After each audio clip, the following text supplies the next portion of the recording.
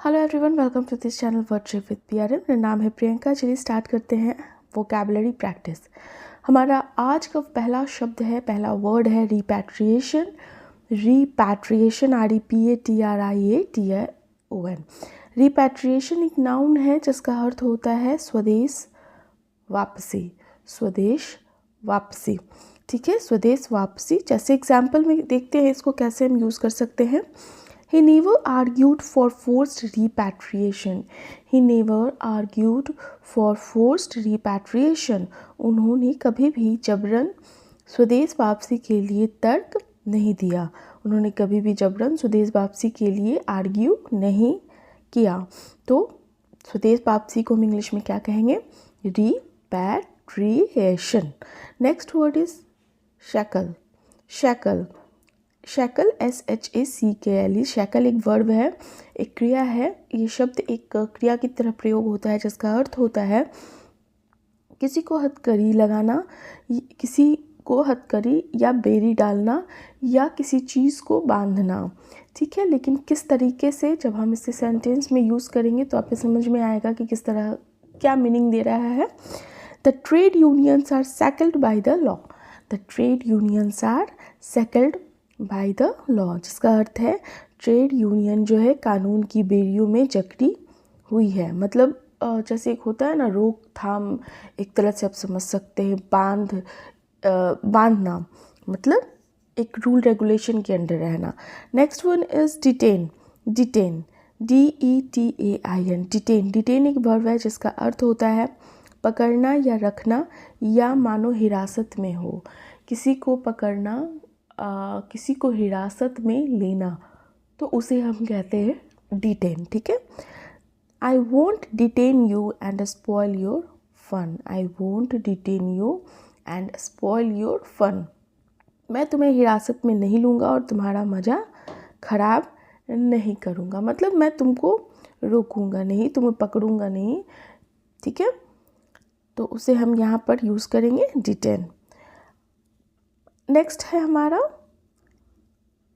Audacity. Audacity, audacity AUDACITY। Audacity एक noun है जिसका अर्थ होता है साहस या निडरता। साहस या निडरता को हम ऑडेसिटी बोलते हैं। Sky diving takes both audacity and skill. Sky diving takes both audacity and skill. Sky diving के लिए साहस और कौशल दोनों की आवश्यकता होती है, ठीक है। सिर्फ आने से कुछ नहीं होगा, मतलब आप में निडरता और साहस भी होना चाहिए, तो आप ऑडेसिटी कर सकते हो अच्छे से, ठीक है। हमारा नेक्स्ट वर्ड है। और हाँ, अभी तक आपने अगर मेरे चैनल को सब्सक्राइब नहीं किया, नए हैं तो मेरे चैनल को जरूर से सब्सक्राइब कीजिए, वीडियो पूरा देखा कीजिए और पसंद आए तो लाइक भी कीजिए। आज हमारा अगला वर्ड है पेरल। पेरल, PERIL, पेरल। पेरल एक नाउन है, एक संज्ञा है जिसका अर्थ होता है गंभीर खतरा। जैसे आप कह सकते हो वेरी डेंजरस, ठीक है। गंभीर खतरा को हम पेरल कहते हैं। खतरा को हम डेंजरस कहते हैं, गंभीर खतरा को पेरल कहते हैं। ये डिफरेंस याद रखिएगा। एग्जाम्पल देखते हैं। Never felt that my life was in पेरल। मुझे कभी नहीं लगा कि मेरी जान जो है खतरे में है, ठीक है। हमारा अगला वर्ड है लिवरेज। Leverage, LEVERAGE। लिवरेज एक नाउन है जिसका अर्थ है किसी वस्तु को उठाने के लिए या खोलने के लिए लीवर का प्रयोग करना।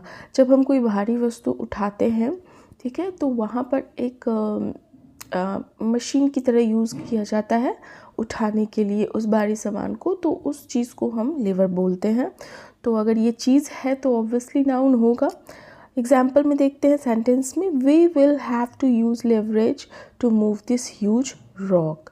We will have to use leverage to move this huge rock. इस विशाल चट्टान को हटाने के लिए हमें उत्तोलन हिंदी में बोलते हैं, लीवरेज का उपयोग करना होगा।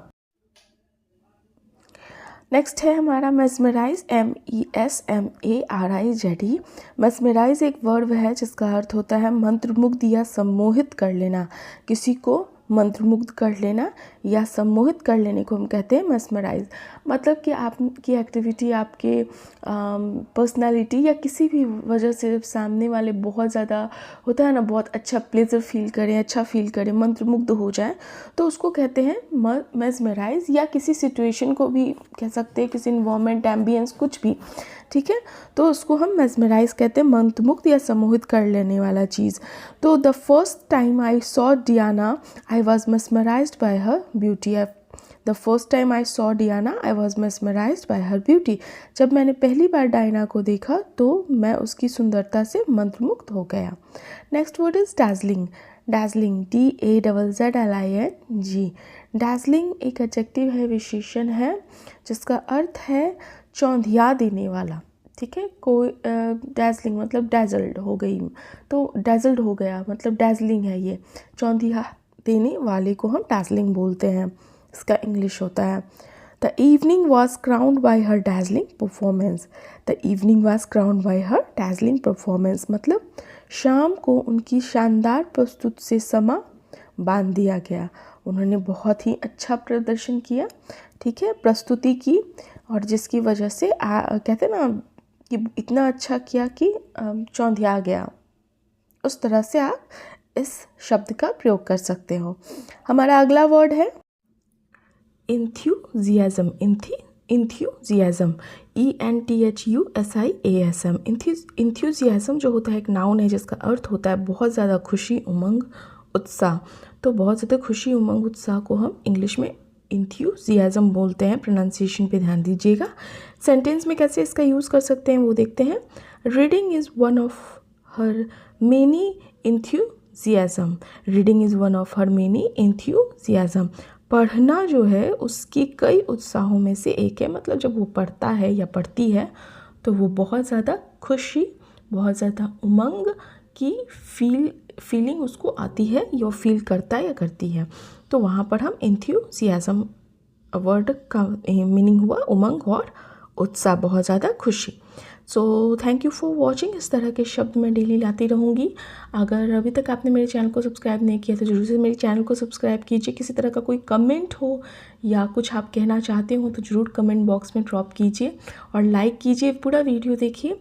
और भी बहुत सारे वीडियो आते हैं तो वो सब भी वॉच कीजिए। आपकी इंग्लिश को इम्प्रूव करने के लिए बहुत ही बेनिफिशियल होगा। Thank you, have a nice day.